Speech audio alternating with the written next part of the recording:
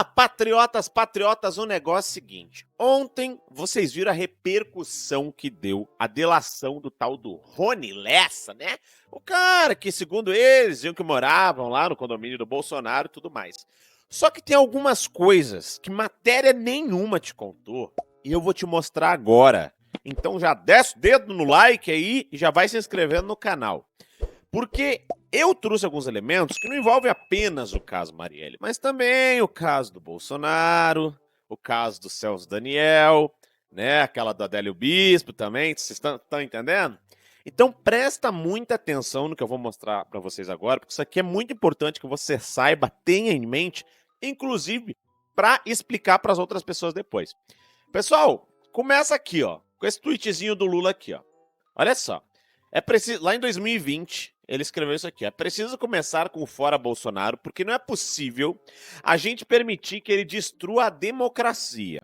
As instituições já deveriam ter reagido. A única coisa que o Bolsonaro não faz é dizer onde está o Queiroz e quem mandou matar Marielle. Ele não responde nada. Ou seja, o Lula já estava ali cobrando, né, que o Bolsonaro dissesse quem mandou matar Marielle. Bom, agora a gente já sabe quem que foi, né? E, na época, gente, o Jornal Nacional fez um editorial completo falando do Bolsonaro. E ele postou um vídeo ontem. E eu não vou mostrar esse vídeo de novo pra vocês, que eu acho que vocês já viram lá no Instagram do Bolsonaro. Se não viram, vão lá depois do vídeo e olhem. E, na época também, já se tinha uma ideia lá em 2019 de quem era o mandante do caso Marielle. Lá em 2019, inclusive, tá aqui, ó. Estadão verifica, dizendo que é falso, que a polícia tenha concluído que Marielle foi morta pelo tráfico e que Brazão é o mandante do crime. Boato de 2019 volta a circular nas redes sociais e aplicativos de mensagens em 2021. Ou seja, a imprensa estava todo mundo abafando o máximo essa história de quem é o verdadeiro mandante. Eu vou contar para vocês, porque eu separei 5 vídeos aqui, e um é mais importante que o outro, sobre tudo isso. E aqui, ó, a gente tem o Pedro Rousseff. Ele é sobrinho neto da Dilma Rousseff. Escuta só o que ele falou antes de sair a delação do tal do Brazão. Olha isso. O assassino confesso de Marielle Franco acaba de fechar acordo de delação premiada com a Polícia Federal. Rony Lessa vai abrir o bico e entregar de vez os mandantes do crime. Olha o que ele fala depois. A família Bolsonaro está em pânico agora. É, Pedrinho, quem entrou em pânico foi a galerinha do Lula, né? Pessoal, ontem eu tive uma participação no programa Fator Político.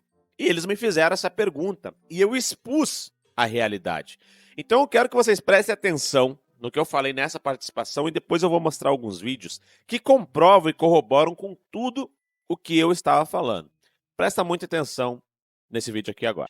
Um ex-repórter da Globo trabalhava dentro da Globo e ele falou que a gota d'água dele foi no dia que a Globo fez uma matéria sobre essa situação, essa matéria mesmo que o Bolsonaro estava citando.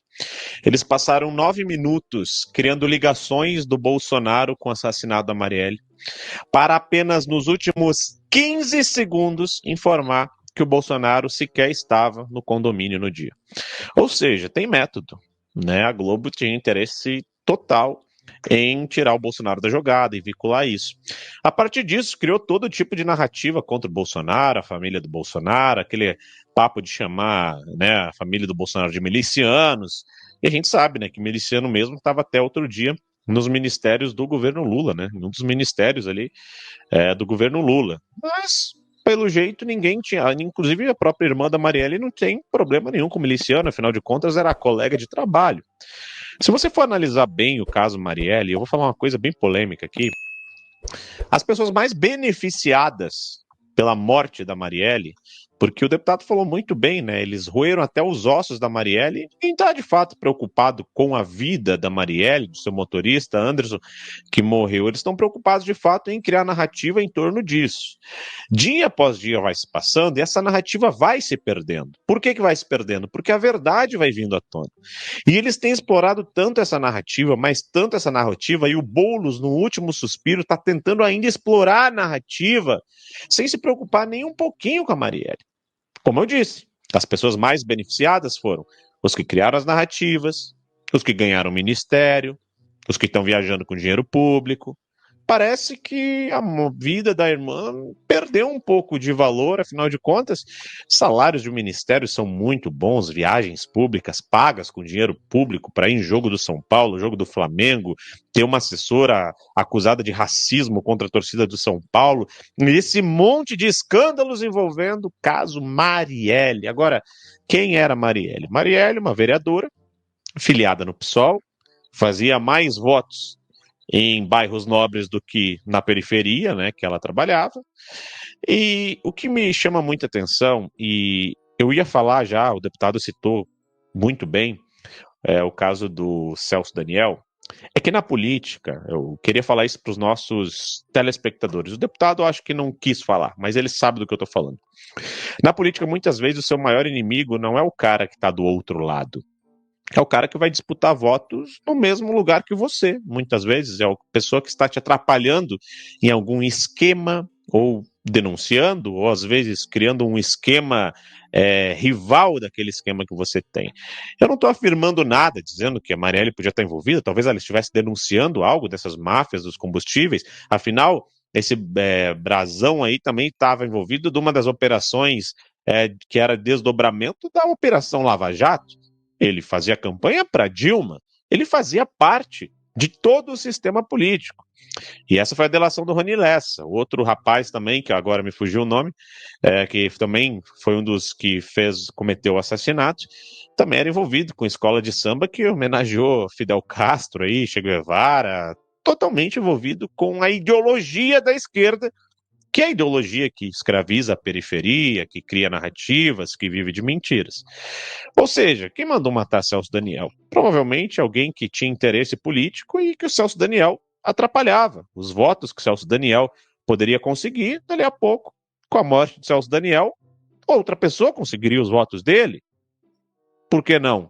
Obviamente não era alguém de direita, era alguém que defendia talvez as mesmas coisas que o Celso Daniel. No caso do Bolsonaro era diferente. Eles queriam matar o candidato que estava à frente. E aí contratam, né, o rapaz chamado Adélio Bispo, que é super protegido. Nós temos o deputado Carlos Jordi, que a polícia entra na casa dele, pega o celular dele, pega todas as conversas da oposição. Os advogados quebraram o sigilo até do advogado do Bolsonaro por causa de cartão de vacina, mas o Adélio Bispo é super protegido. Ou seja, nós temos casos e casos de aviões que caem, de candidatos à presidência da República muito fortes no Nordeste que simplesmente perdem a vida, né? O caso do Eduardo Campos. São muitas fatalidades que acontecem. Mas no caso Marielle, né, além de todas essas fatalidades, eles fizeram o máximo possível para extrair até a última gota de sangue da Marielle, né, para criar essas narrativas, e agora que as narrativas estão caindo por terra, vem o Boulos, lança essa. Vem aí jornalista da Globo e lança essa. Na verdade, eles não querem saber de Marielle, eles querem dar um jeito de vincular com o presidente Bolsonaro e não estão conseguindo. Canalhas. 1000 vezes canalhas. Então, vocês viram toda essa fala, né? Mas, Rony, você tem como mostrar alguma coisa que corrobore com isso que você está falando aí? Pessoal, dá uma olhada em algumas matérias e alguns vídeos que eu separei para vocês. O primeiro é esse aqui, ó. Esse aqui é o Elcio Queiroz. O outro, que já tinha delatado o tal do Brasão. E esse Elcio Queiroz já tinha delatado também me fugiu o nome dele agora, mas é de uma escola de samba. Ele era ex-presidente de uma escola de samba que já tinha homenageado Fidel Castro e Raul Castro. Só para vocês terem ideia da ideologia, como eu falei ali no vídeo. Olha aqui, ó. Elcio Queiroz, executor de Marielle, trabalhava para Lindenberg Farias, mas o PT não quer trocar no assunto. Tá aqui a foto. Inclusive, tá aqui um vídeo da delação dele, ó. Presta atenção nisso aqui que ele fala. Eu fui assessor do PT em Nova Iguaçu, quando o prefeito era Lindenberg. Então não tinha, meu comentário foi o melhor patrão que eu já tive. Fui assessor do PT em Nova Iguaçu e ele foi o melhor patrão que eu já tive. De quem que ele estava falando? Lindenberg Farias. Namorado da Gleisi Hoffmann, que é a presidenta, né? Que eles gostam de ser chamado presidenta do PT. Hoje. Só para vocês terem uma ideia. Agora, dá uma olhada nessas matériazinhas aqui, porque é muito interessante. Olha aqui, essa. Ela era presidente do PT, mas olha essa. O vice-presidente do PT defende Brasão. Não creio que ele matou Marielle. Conheço Domingos Brazão de longa data, inclusive de campanhas eleitorais nacionais, onde ele esteve ao nosso lado. Sinceramente, não creio que ele tenha cometido tal brutalidade, disse ao Metrópolis. 23 de janeiro de 2024. Nós estamos falando agora, depois da delação, que estão protegendo o cara. Agora, olha essa matéria aqui do Metrópolis também, de 17/10 de 2023. Após avanço do caso Marielle, poderosa família do Rio de Janeiro faz pedido a Dino, Flávio Dino. A família Brazão, dos deputados Domingos e Chiquinho Brazão, fez chegar ao ministro Flávio Dino, da Justiça, um pedido para que não haja nenhum tipo de covardia contra eles em meio às investigações do caso Marielle no Rio de Janeiro. Olha só, gente, é muita coincidência. Gente, é muita coincidência. Agora, dá uma olhada e escuta esse áudio do Brazão. Olha só esse áudio aqui que interessante. Escutem isso. Que eleitoralmente se interesse ao PSOL. O PSOL não faz obra, né? O PSOL não troca lâmpada, o PSOL não bota asfalto, o PSOL não emprega na prefeitura nem em qualquer lugar, né? Então eu tenho vereador na capital, então o PSOL vive dessas coisas, mas eu não acredito que chegue a tanto. Eu acho que isso aí, dentro do contexto político, a gente pode fazer uma guerrinha, porque ninguém tirou mais proveito da morte da Marielle do que o PSOL. Isso é um fato. Não é porque o PSOL queira se aproveitar disso. É porque vitimiza e está lá. É isso. Não era o PMDB, não era ninguém. Isso é conversa fiada de política, não cola. E aí, gente, o que eu falei na minha participação ontem no jornal era verdade ou era mentira? Dá uma olhada nisso daqui, só que eu tenho mais alguns vídeos para mostrar para vocês.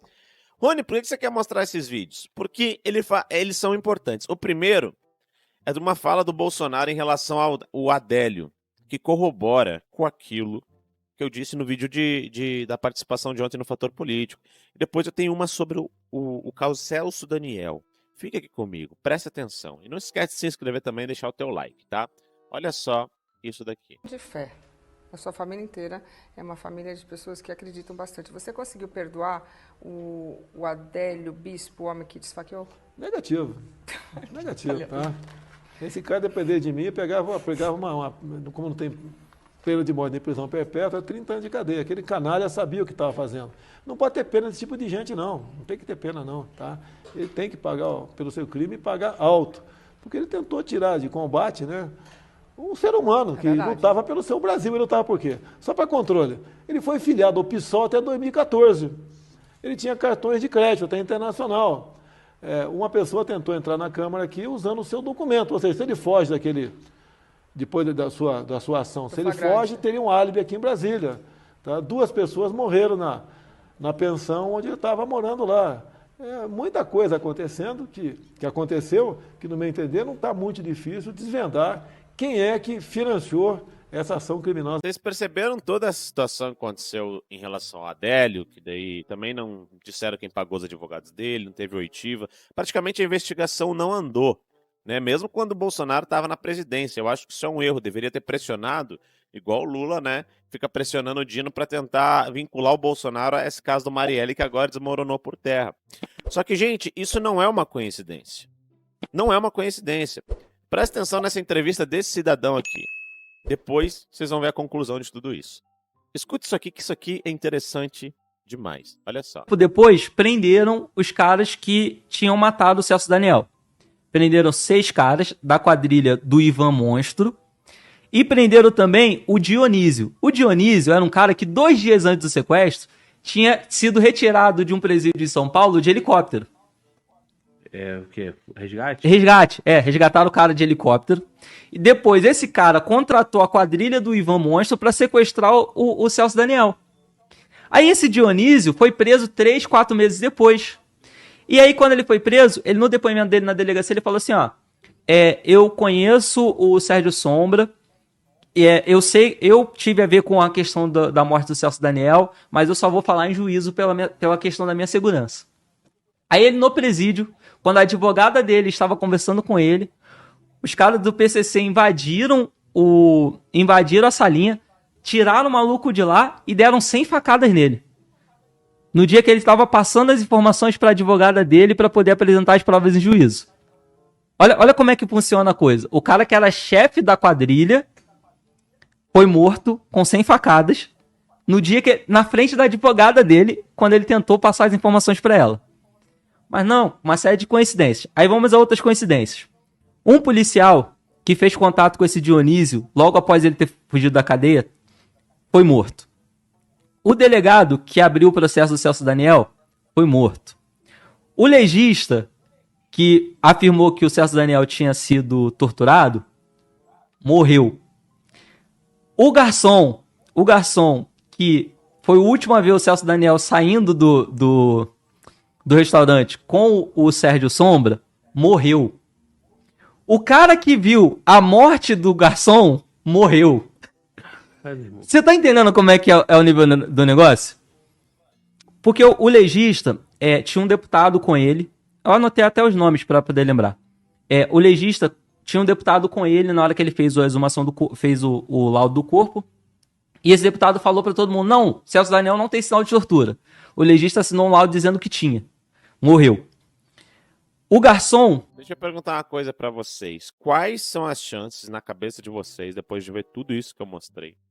Se você não conhece o caso Celso Daniel, eu sugiro que você pesquise sobre isso. Eu posso fazer um vídeo disso mais pra frente, mas eu não vou falar agora, porque senão vai ficar muito longe. Mas também tem a teoria Zavascki, que eu não citei, que era do Supremo Tribunal Federal, o avião dele caiu. Então assim, gente, tem alguma chance disso não estar ligado? Vocês não acham muito estranho todas essas histórias? Todas essas? Aí o único caso, todos os casos, igual eu falei no vídeo, quando alguém tira alguém de combate, por assim dizer, no meio político, provavelmente é porque vai lucrar em cima disso. Quem lucrou? Quem tá lucrando? Por que tá lucrando? Por que agora tem essa abafação toda? Começaram dizendo que a família Bolsonaro tava tremendo e no fim do dia quem terminou tremendo foi a esquerda.